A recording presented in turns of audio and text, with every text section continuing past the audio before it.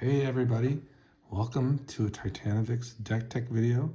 Today we're just gonna do a deep dive into some packs and take our time through these interesting sets. I opened up some Lost Caverns of Ixalan a few weeks ago and I had some great pulls from the set booster. And I had like a pack with two Aclazats, one which was a foil etched, and that card seems really fun. I saw Covert Go Blue play a brawl deck with it, and it looked really fun. And so that might be something like to build in Commander too. That seems like a fun commander to check out. I really like the fact that that bat has lifelink, and also the fact that when it dies, it turns into a land, and then you can kind of resurrect it. So it kind of maybe like a really cool Graveyard Matters deck would be really cool in those mono black colors. I think that'd be kind of fun to like have a build around with something with that. And the lifelink is very interesting too. Like I was thinking, my mind went to Veto immediately. I really like Veto from M20, the one where you ping for damage, or you whenever you gain life, opponents lose that life. It might be all opponents too, so I'd have to look at that. But that is a very cool card, and I really like that mono black has a lot of death touch too. So there's a color like I love a hooded blight fang from that set too. The death toucher, like the death touch tribal card. So that seems like a fun card too. I don't know, maybe there's something there. I don't know. I mean, there's so many cards in Magic's history that you can usually find something serviceable. So that might be something we're going to get into. But today we have a couple collectors for Kamigawa, and then these three set boosters from Ixalan. And really, the objective is for the Kamigawa ones, I'm really looking for channel lands. There's definitely a premium for those. It seems like they kind of slot into most decks. They're kind of like multi-format all-stars is kind of the word that comes to mind. Like they go into like all the commander decks, and try to put them into all of the ones I have. It's kind of hard to keep up with like Boseiju because it's a $40 card, and like the money just kind of stacks. The more commander decks you accumulate, it's like kind of necessary to have these cards, like because they're just so good. Like I just don't know, man. I can't tell you, like they're good just as lands, and then like they can also be so effective as like utility lands as well. It's just insane. So I really like those kind of design, and obviously that's why they are worth so much money. There's a high demand for them. So let's pop some open. Let's get into this and check it out. See what's going on with these set boosters.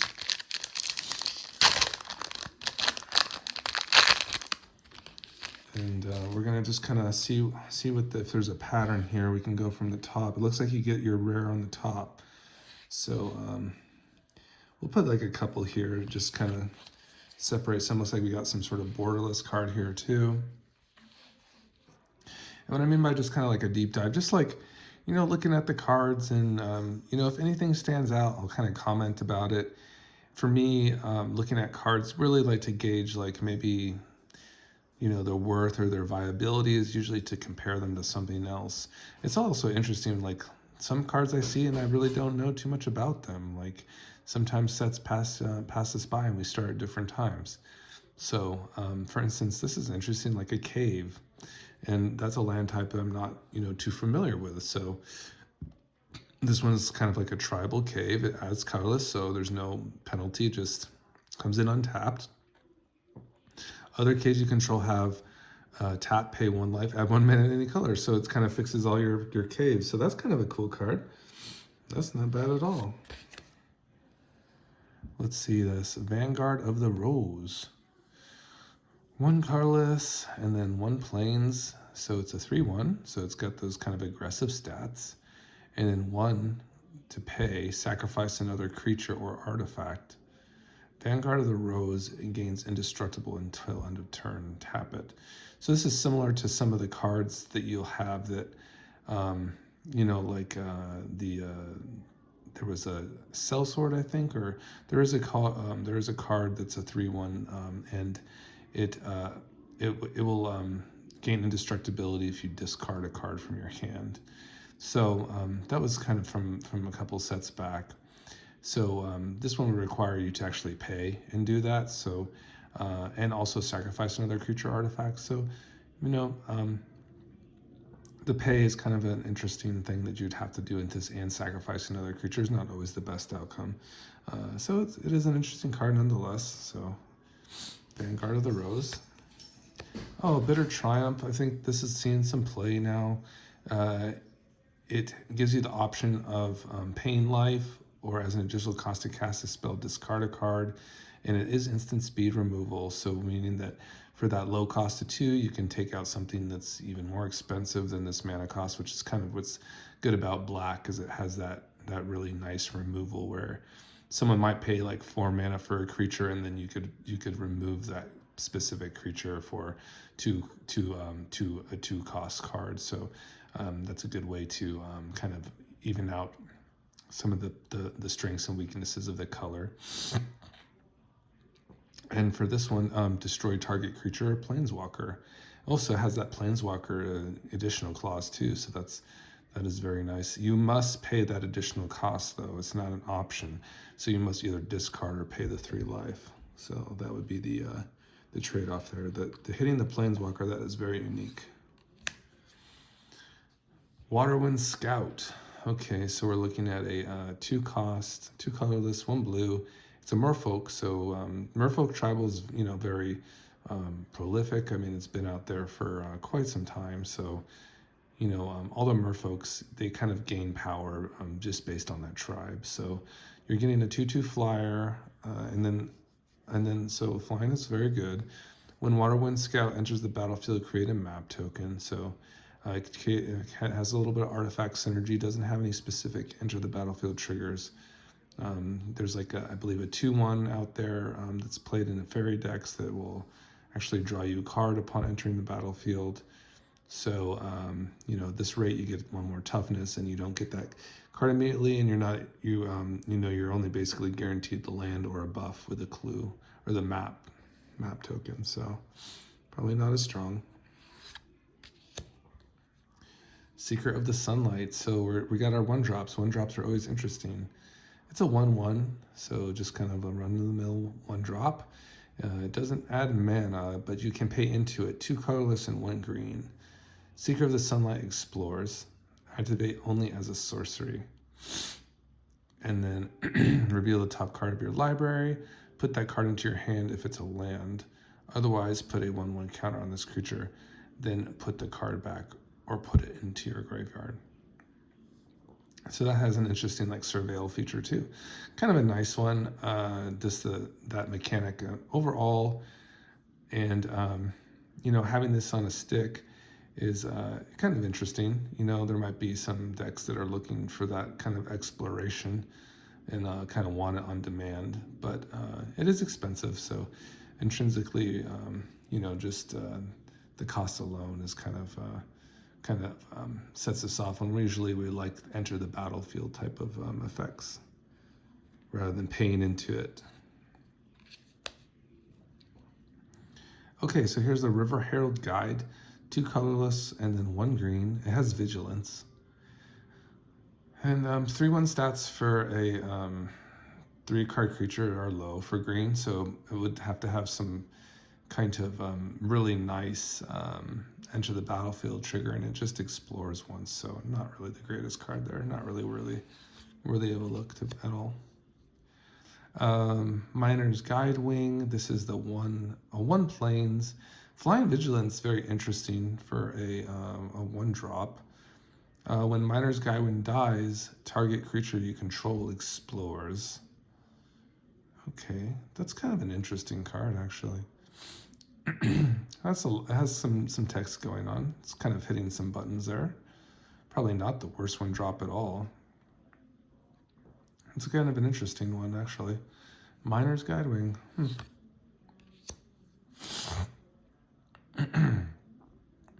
Here's Hidden Necropolis. Hidden Necropolis enters battlefield tapped. And for a tap, add Swamp. Then for 4 colorless, 1 Swamp, tap. Sacrifice Hidden Necropolis, discover 4. Sweet. Very interesting card. Lots of value there.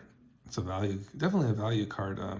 Probably not the best in today's meta where you can die to certain decks, on quicker turns. So you'd have to really be bringing a game plan for this one. You'd have to really be checking off some dots and, probably, just looking for just to survive, kind of a survival mode for the black.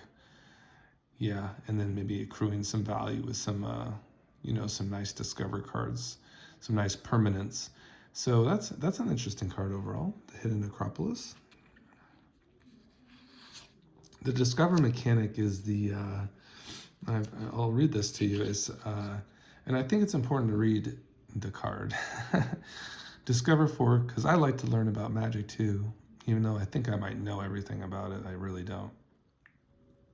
Discover 4, activate only as a sorcery. Exile cards from the top of your library until you exile a non-land card with mana value 4 or less. So any non-land card, excuse me.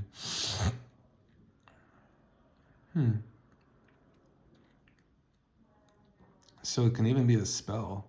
How interesting. It could be like an instant or sorcery, just any non-land card. And it has to be mana value 4 or less. How interesting. Huh. Overall, a very interesting card. I think it probably has a home in like Golgari, where there's a lot of like, you're just like putting up a pillow and, like there's Glissa the Sunslayer, which is like an all-star for that kind of archetype, and Sheoldred. Those are nice ones. Can keep you alive too. So there's our handy dandy art card. Is this a list card? Yeah, this is a list card. Is this guy good? Is he a good list card? I've seen this guy before. He might be worth like a couple bucks. The Deep Gnome Terramancer? He probably is not, but let's see. So he's got Flash, a Flash 2/2. That's interesting already. Mold Earth. Whenever one or more lands enter the battlefield under an opponent's control without being played. So I suppose like if they're searching for them. And this is anytime. What? That card is super sick. It's like definitely like good for commander, like a very good oh wow, we just had like a gust of wind. That was really interesting. We're in Vegas right now and that was really weird. I didn't notice any wind outside. Maybe it was an alien spacecraft.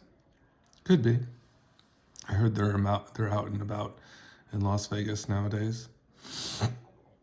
Anyways, yeah. So that's kind of sick. Very good tech for like our landfall opponents. Interesting, huh? Like even fetch lands. Interesting. They enter the battlefield without being played. Huh.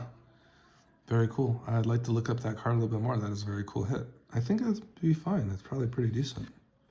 So I guess we're on our uncommons now. The Kotai Scavenger is a raccoon. It's got a little better stats. Remember we had that 3-drop that was just the 3/1. So the 3/2 is a little bit of step up with toughness. It has Descend 4, so it wants stuff in our yard. Or graveyard. When Kotai Scavenger enters the battlefield, if there are 4 more permanent cards in our graveyard, return target card. Alright, so like some nice gasoline there. Graveyard matters kind of, if we do have permanents in our graveyard, just draws a card basically from the graveyard. It looks like you get to select it too, right? Yeah, it's a target permanent card. Interesting card. Alright, so here's the Manland. This is like our rare for the deck. This is like the Manland cycle, so let's read about this one. It enters battlefield tapped. It can produce a dual color, green or plains. And for 2 colorless, 1 green, and 1 plains, Restless Prairie becomes a 3/3 green and white llama creature until end of turn. It's still a land. Whenever Restless Prairie attacks other creatures you control, get 1/1 until end of turn. These are kind of like no-brainers for creature decks. They're just like, are the great equalizer against like your mid-range and control decks. Like, actually can give you a chance if you're kind of, you know, losing gas or losing card advantage. You know, this is something that can kind of out-tempo your opponent and kind of get in for the lethals every now and then. It's just like a nice little touch for your deck. So, you know, finding the right balance is kind of up to you, but these are always encouraged in your decks for sure. Hey, that's like a cool Jurassic Park command tower, so that's very cool. That's a nice one. How fun. I'll definitely be putting this in like my Aragorn deck. It's very cool. I think there might be a backside to it too, right? There is. How cool. So I could use either one. How nice. Add 1 mana of any color in your commander's color identity. Very nice. That one's cool. I like that. It's like very rugged. It's like the aftermath, like centuries later, huh? How cool. And this is our last one. This is like an uncommon here, Kutsu, a legendary. I think I've seen this one. It's pretty nasty in Brawl. So the opponents can't cast spells during your turn whenever one or more creatures control each with power greater than its base power deals combat damage to a player. A power greater than its base power deals combat damage to a player. Draw a card. Very well. So it's looking for like you know, counters and such, like 1/1 counters to increase the power of your creatures and to draw those cards. There's another card from the set that I think it actually puts counters like of the difference between powers when they connect. So that one's interesting too. I think it's a 4-drop card though. All right, here we are. Next one. So it looks like we're getting the good stuff on top. So I'll kind of just put that one there. I'll try to go a little bit faster for all of you. This one is just an artifact of 5 cost. It is a you know, a very high cost for a creature, 2/5. So you know, the comparable already is a little lower than usual. So we expect it to have some pretty good effects. The Ward 2 is nice. Flying is nice, of course. For 2 colors, put target card from a graveyard on the bottom of its owner's library. Okay, so nothing too much to write about there. Doesn't really generate any card advantage or anything for that cost. The Chupacabra, what does this do? When Chupacabra enters the battlefield, target creature your opponent controls get XX until end of turn, -X, where X is the number of permanent cards in your graveyard. Okay, so very high cost again. So it's, you know, just, you know, this is comparable to Sheoldred, which is what, a 4/5, and you know, it's $100 card. But you know, just, I mean, this has some removal possibilities, and you might have cards in your graveyard by then for the Chupacabra. But you know, maybe if we had Fable of the Mirror Breaker and like we were copying this and can get immediate value from it, it might be better. But yeah, just the stats alone kind of make it too slow. You can't really stand up too much with this card, even with the possibility of removing something. The Abyssal Gorestalker. This is a 6 mana 6/6, so kind of a big guy here, and it's a horror. When Abyssal Gorestalker enters the battlefield, each player sacrifice 2 creatures. That's kind of interesting, like especially if you have like kind of some little dudes to, you know, sack, or maybe, you know, you'd have to sack this and the little dude itself if you just had these 2 on the battlefield. So, you know, not really probably the best. It's probably just sacking itself, and for 6 mana, it's just not good enough. Hermetic Nautilus. I like these little 2 mana blue creatures. They're interesting.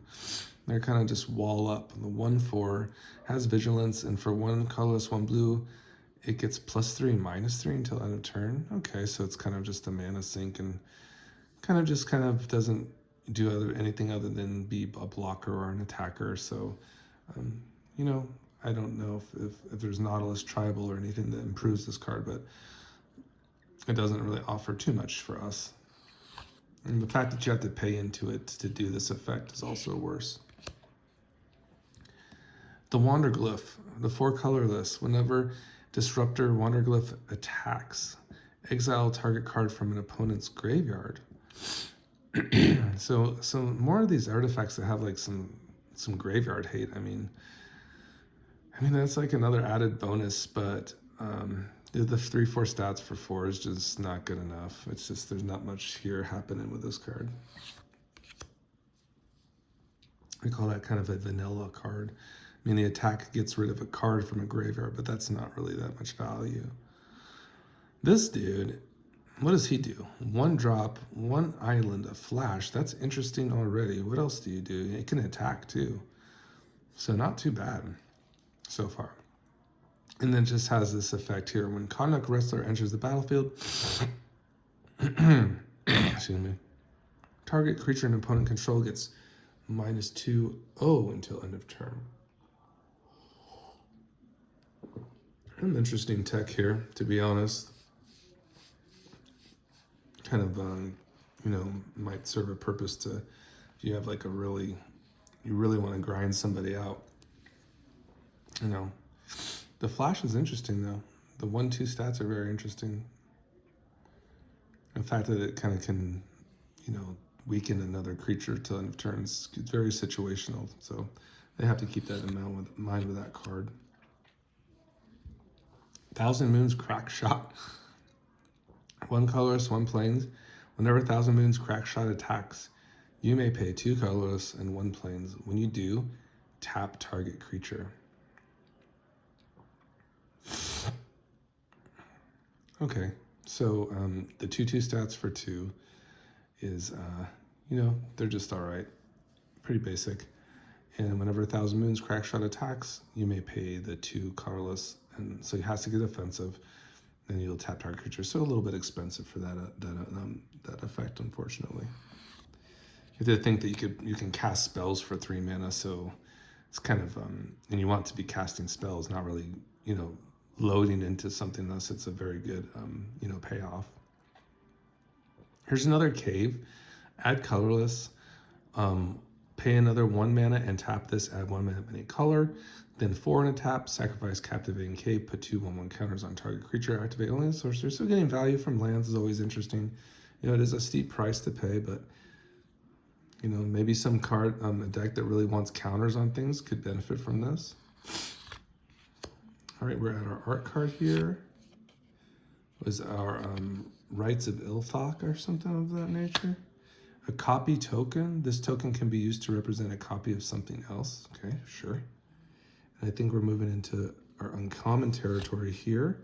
This is a nice one. This is the Mana Dork for dinosaurs.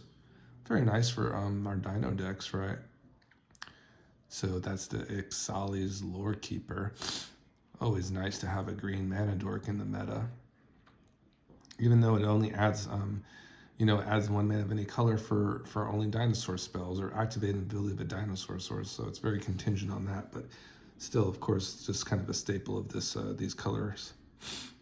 And then we got a boat here. This was our rare Magmatic Galleon. So this one is the one that enters the battlefield and does 5 damage to a target creature and opponent controls. So really not that bad. There's some, and it's a vehicle. Like Surge Hacker Mech, it does something like, kind of removal like on a vehicle, and in the right type of decks it always does some nice damage, but this one always does the 5 damage, so that's nice. And then it's also I wonder if it probably doesn't have to be crude to get this effect, probably just a passive ability, but whenever 1 or more creatures your opponents control are dealt excess non-combat damage, create a treasure token. Okay, very cool. Yep, so there's the Magmatic Galleon. See, we got anything else here? We got an uncommon here, and this one is Nikonsul. This is a Merfolk Scout, so nice. This one has a pretty decent stat line for the 2 costs. 2 power, 3 toughness. Okay, so we like that. That means you have to play green or blue. There's no colorless, so it has to be very specific colors. So it's not always easy to play on turn 2 in a standard. However, whenever a creature you control explores a land card, you may put a land card from your hand onto the battlefield tab. That is That is super cool. So it just goes right to the battlefield. Whenever a creature you control explores an online card, put a 1/1 counter on this cancel current conductor. Very cool card. Very nice. It's a merfolk too. And this guy too. Uchenbach, the Great Mistake. 3 colorless, 1 blue, and 1 black. Skeleton Horror. Vigilance and Menace. This one has Descend 8. Holy crap, that's a lot of cards to put in your yard, right? So you have to have Descend 8, and then you can do this. So it's a legendary creature, 4 colors, 1 blue, 1 black. Return Uchenbach, the Great Mistake, from your graveyard to the battlefield with a finality counter on it. Activate only if there are 8 or more permanent cards in your graveyard, and only as a sorcery. Is there any Uchenbach decks out there? This is kind of fun. Like, I don't know, man. Just put a lot of stuff in your graveyard and doesn't resurrect your Uchenbach and slam in. Vigilance and Menace? Oh my god, this thing's crazy. This thing's busted. Yeah. Yeah, it is a little, it was something, huh? 6/4 stats. Yeah, a little slow maybe. A little bit, but fun. Seems fun. This is a little pricey here. But the fact that you don't have to have another spell resurrected is interesting. It's just kind of a passive Descend if it's in the yard. So that's kind of a fun card. All right. Let's continue.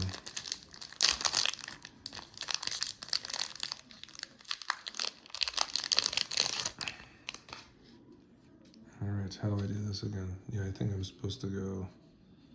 Oh, I think I might have gotten Aclazotz. I think I just saw it because, you know, I just saw something in the backside. Maybe it's a black card. We'll see. Helping Hand, 1 planes. Return target creature card with mana value 3 or less from the graveyard to the battlefield tapped. Ah, that's not bad for a common. It's kind of like the Recommission, right? Recommission, I think, adds a counter, mana value 3 or less, and yeah, and this is a sorcery too. Huh, that's really good. Helping Hand. Well, that seems interesting. Not too expensive either, not too pricey at all. Really, is there any, like, obviously the Virtuoso decks in the are very good. They can put cards in the graveyard, kind of derive value from that Connive. Angelfire Ignition comes to mind too. Yeah, those decks are good. Those Boros decks, I don't think people really play them too much, but they're very good. I mean, Virtuoso is a card, no doubt. Ah, this one is like a CDH staple or something now. I've seen this in the LGS too. People love this card. They're like, have you seen this, the Dauntless Dismantler? It's like, oh, it's a really annoying card for, like, in that, like, multiplayer group where all the artifacts are coming into play tapped. It really kind of slows people down. And then it just has this really nasty ability where you can sacrifice this thing and destroy each artifact with mana value X. So it's kind of a nasty one. A super nasty card. Very good for white. Yeah, very cool. The Dismantler. Is it common? Can't really tell. No, it's an uncommon. Yeah, I can't really tell. Shipwreck Sentry, 1 colorless, 1 blue, defender. As long as an artifact enters the battlefield on your controller's turn, Shipwreck Sentry can attack as though it didn't have defender. Okay, so artifact matters, a 3/3 defender. Kind of interesting. You've artifact matters decks. Blue. Don't know if they produce too many artifacts, like, you know, have cards that produce more artifacts. But yeah, just the fact that it kind of sits there, if, you know, contingent on the artifact, that's kind of a downside. The Brackish Blunder. Return target creature to its owner's hand if it was tapped. Create a map token. All right.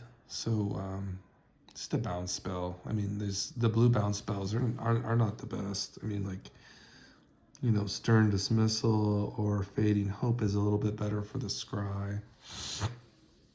So this for 2 mana. The fact that it could create a treasure or map token is pretty cool, but yeah, the 2 cost kind of makes us sad. Burning Sun Cavalry. This is the 1 colorless, 1 red. Whenever Burning Sun Cavalry attacks or blocks while you control a dinosaur, Burning Sun Cavalry gets 1/1 till end of turn. So just kind of a basic 2/2. Doesn't provide too much value. It's contingent on more dinosaurs. Marauding Brine Fangs. This must have does have some interesting cycling capabilities here.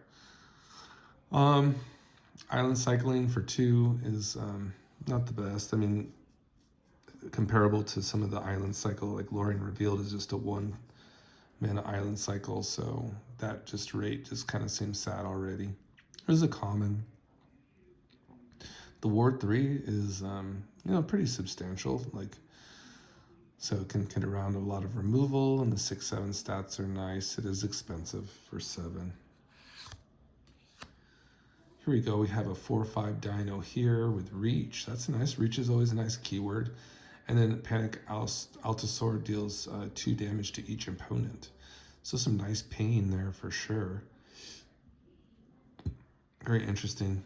Yeah, you can just kind of hold it up as a blocker, and then tap it at end step, and then it'll untap during your turn and kind of rinse and repeat.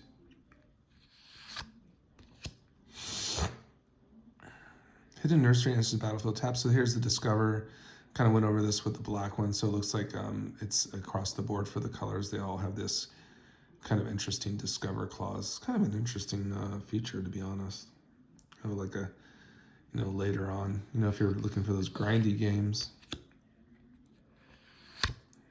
All right, we've come to our art card here, and I think we're going to be seeing something pretty decent here. I kind of saw something popping. So maybe we'll get a good pack out of these 3, something pretty decent. Choose 1. Creatures you control get 1/1 until end of turn. Creatures you control gain hexproof until end of turn. So a buff on an instant speed buff of like a kind of a combat trick. And then the creatures you control gain hexproof until end of turn. Kind of multifaceted. Always good to have multiple modes. So yeah, really contingent upon having many creatures, and the hexproof is kind of not the best value, but it might serve its purpose here and there. It's a rare. Throne of the Grim Captain. This card, I think people were experimenting with this during release. It's an interesting one, that's for sure. So that's kind of fun. The mill 2 cards upon tapping. And then you get to craft with a dinosaur, a merfolk, a pirate, and a vampire for 4. So get those four types into your graveyard, and then you can create this person. So this is what I saw. It was the double-sided card, the Grim Captain. And it creates this nasty 7/7 creature, and it has so much value. I think when it attacks, it puts back onto the battlefield something that was exiled in the graveyard too. So it just kind of ends the game. It's a very interesting card. There's no doubt about it. The Grim Captain. Here's Lannery Storm. This is a human pirate. Interesting. Always interesting to have these multicolored cards, for the 2 slot that require a blue or a red. Whenever an artifact enters the battlefield under your control, put a 1/1 counter on target pirate you control. That's kind of cool. I like that one. It's fun. And then we got the Malamet Warscribe. So when Malamet Warscribe enters the battlefield, creatures you control get 2/1 until end of turn. So very expensive for a 4/3. And the buff is nice for your creatures. It's like a mini Moonshaker Cavalry, but definitely interesting. The buff is nice, as long as it comes down at an interesting rate, doesn't have haste itself. So there's other cards that do that a little bit better. So that was the set boosters. Nothing really to write home about, I don't think, in this. This was fun. The command tower was nice. This one's kind of cool too. The Deep Known Taromancer. Some of these commons might have a little value. The removal spell. I don't think the Throne of the Grim Captain is really too hot. Let's see here. The Dauntless Dismantler. Helping Hand might be something. Maybe. The Manadork is cool. The Cave is there. This one. Chupacabra. Yeah, so that was the 3 packs, the set packs. That was fun. And now we are on to our Kamigawa collector's boosters. And the tape is really weird on this one.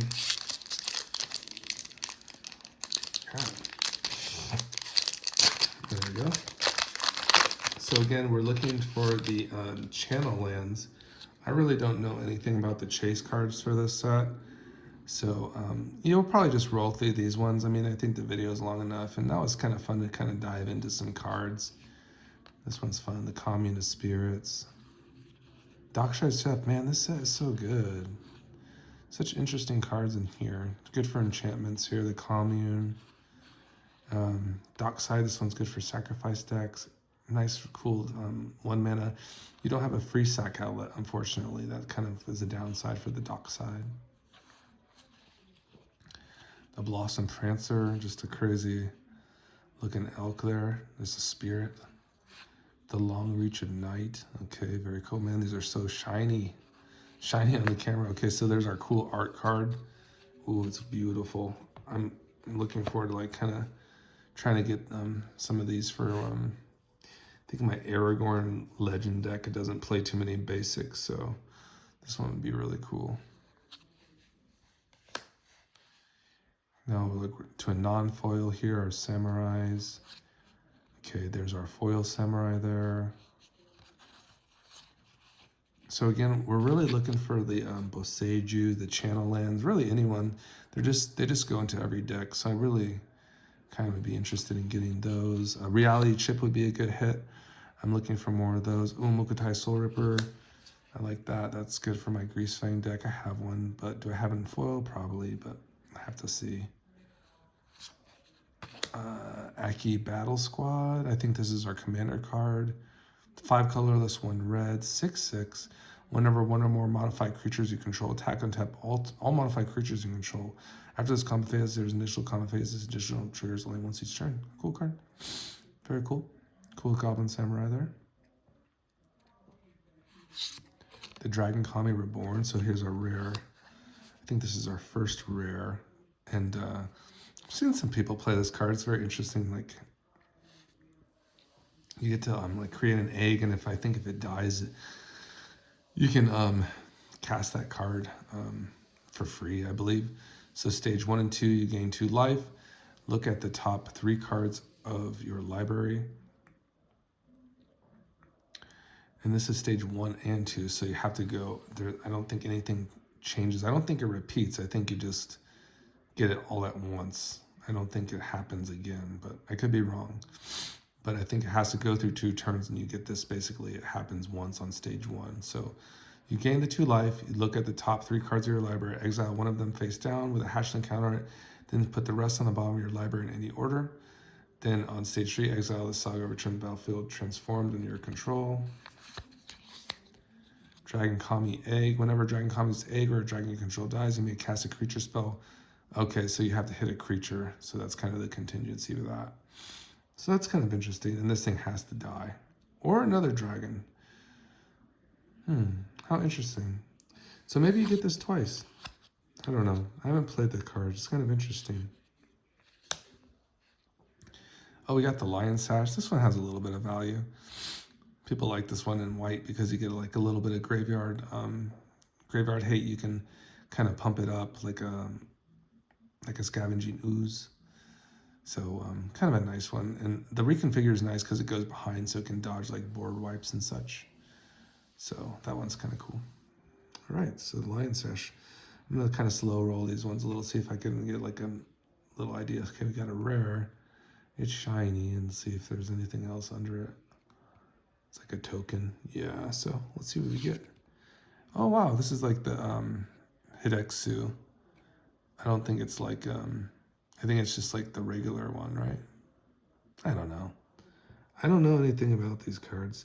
I know this thing has like a chase to it, like, you know, if it comes in like a neon, like fire thing or whatever. I think this is just like its alternate art, which is still cool. It's still looking pretty suave. So Hidexu, the Devouring Chaos, is a 3 colors, 1 black. It's an Ogre Demon. Black, sacrifice a creature, scry 2, and then the 2 colorless, 1 red. Exile the top card of your library. You may play that card this turn. When you exile a non-land card this way, Hidexu, Devouring Chaos deals damage equal to a target's. So you want like big cost non-land cards in there. Can you play it that turn too? That's kind of cool, Gas. Yeah, it's like a better ability for the costs. You have to kind of tap it though down. So, I mean, you kind of want it just to like be chilling and be doing that on end step and getting value that way and like kind of withering your opponent down. Interesting card. Hidexu, the Devouring Chaos. I don't think there's a backside to this card either. I'll look into this one. I don't think there's anything. I think, like I said, there's like different versions of it, and this might be like an alternate art, but I don't think it's worth like anything extra. But we'll see. All right, so we whiffed on that one. No channel lands on that one, unfortunately, so that's a bummer.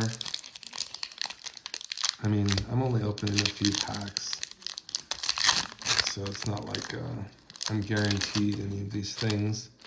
So that is that about that. But, you know, we can always hope, right? So let's just get through these. Scoured Barrens. Discover the Impossible. When We Were Young. Defending the Moths. I'm glad I bought these. I like the Kamigawa. I really like this set a lot. You know, these lands are gorgeous. Jeez. Man, these lands, these might be like the ones to return to. Like, there's full art lands, but these are really exceptional, huh? I love this. It's like a gnarled branch or something, or like something in the leaves. Let's take a look at this. It's like these houses just kind of like transport you to like another world, man. A nicer world, huh? Just like a very comfortable one. You know, everything has its place. It's all snowed in. It's very cool, man. Here's some of our samurais here. Man, I mean, it has to end. This experience doesn't last, you know. It's just, we get to open up these things that are a little heavier on the price tag. You know, we don't always get to... Man, if that's a reality chip, I'll be so excited. It's blue. Just going to look at the stats, right? If it's I think it's 04, we have liftoff. No, it's a spell. All right. Oh, March. Yeah, that's a really good one. Oh, yeah, that's a good blue card. Nice. This is one of my favorite guys. This thing, like, I'm building my Aragorn deck. I don't know if I even have this in there yet. This is a great hit for me. It's kind of like my secret tech. Like, it's like the best kind of counter spell. And I know that sounds weird, but it's just like, it just defends against so many things, and it could get offensive, and it's really sneaky. So you can just like have this in your hand, like have an open blue. You can pitch some cards, some like blue cards, or, you know, a few, or just one, and, you know, protect a couple of your things from some different types of things like Blasphemous Axe and different types of board wipes. And like I said, you can also get on the offense with this and like phase out other of your opponent's creatures. It's just a very cool, multifaceted card. One of my favorites. So there is the March of the Swirling Mists. Well, we got a 3/3 here, and I think this is the commander one. Yeah, okay, the Myojin. Holy asshole. This thing is like, has an insane casting cost. 5 colorless and 3 blue for a legendary creature spirit. Myoin of the Cryptic Dreams enters the battlefield with an indestructible counter. On it, if you cast it from your hand, okay, very well. Remove an indestructible counter from a Myelin of Cryptic Dreams. Copy target permanent. So what? Copy target permanent spell you control 3 times. How interesting. Okay, 3 times.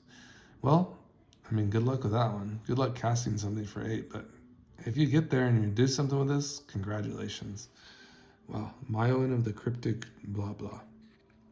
All right, so what else we got? A rare. No mythics yet. I don't think I've got... Is it Exio mythic? I don't think so. No, it's not. So no mythics yet. Just kind of unfortunate. So let's see what this one is. A mirror box. That's not so appealing to me. Yeah, Resident Rule doesn't apply to permanents we control. Each legendary creature you control gets 1/1. Each non-token creature you control gets 1/1 for each other creature you control with the same name as that creature. Yeah, it's not really the best. All right, so let's continue. It's a mythic. You know, when I say that, you know, I think it's important that I explain the card, because saying it's not the best, for me, it's not a card that I would consider playing like an Artifact Matters deck. Like, there was a Maria deck I played earlier in the season, like a couple seasons ago, and I did see like Mirror Box being played in that same type of shell, and there was just something I'd rather play a different kind of, way. I'd rather play like a Mech Titan core than copy my legends over and over again for that particular deck. That's just the way I'd like to play it. Not to say that you couldn't get busy with this card. There'd probably be, reasons to storm off and play lots of legendaries, and, they get stronger, and then the other ones get stronger and stronger as more of those copies come out. So, overall, like, it's just like, this card I think is just slow, If that's one way to look at it, it's a little bit slow. It doesn't really provide anything to your board immediately unless you're playing like lots of legends. And it'd have to be a very specific build, so might have to take some time to build around it. It's just my honest opinion about it. This looks interesting. It's I'll just oh god, got a little ahead of myself there. I saw a blue mythic creature, so I think it's Kyrie. Rasana, the Asari commander. Haste. When Rasani, the Asari commander, deals combat damage to a player, if it doesn't have an indestructible counter on it, put an indestructible counter on it. Whenever combat damage is dealt to you, remove an indestructible counter from Rasana. So, I've seen this card, be played. There's some nasty samurai decks out there, don't get me wrong. And I think this is probably in it. So, it would have to be, it lets you swing, right? Lets you swing out. As long as this thing swings in and hits, you don't have to be too worried about combat damage coming back to you, right? All right, and this was our handy dandy full art showcase card here. So we guess this is probably our penultimate card. Is the this really cool Kyrie here, and it looks really sick. Kyrie, the Swirling Mist, for 4 colorless, 2 blue. It's a legendary creature, Dragon Spirit, flying ward 3. When Kyrie the Swirling Sky dies, choose 1, return any number of target non-land permanents with total value mana value 6 or less to their owner's hands. Permanents, non-land permanents. Additionally, mill 6 cards, then return up to 2 instants. You get to choose one of these. Mill 6 cards, then return up to 2 instant and or sorcery cards from your graveyard to your hand. So some nice max value there. It is likely that the first mode will probably be ones to return permanents. Of like you could return multiple permanents equating to 6 to the battlefield. So that's kind of cool. So that's just a nice card, right? A little high, a little bit high, to get there. But honestly, like a cool card. Definitely cool. And probably a good reanimator target. Probably some nice reanimation action there. So yeah, very good for your graveyard. And our tokens. So that's it. So we did like kind of a nice little dive in there.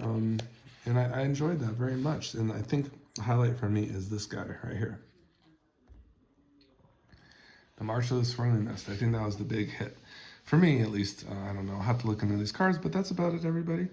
Overall, this was a fun experience, and it's always kind of fun just to take some time and, read the cards and enjoy them. So hopefully this was a nice diversion from kind of probably a lot of videos that you all see where, it's just like a lot of shuffling through the cards, which is fine. You get to like the juice and, that's kind of cool. But it's always fun to kind of read the cards and enjoy them too. All right. So have a great day, everybody. I hope you enjoyed. Bye-bye.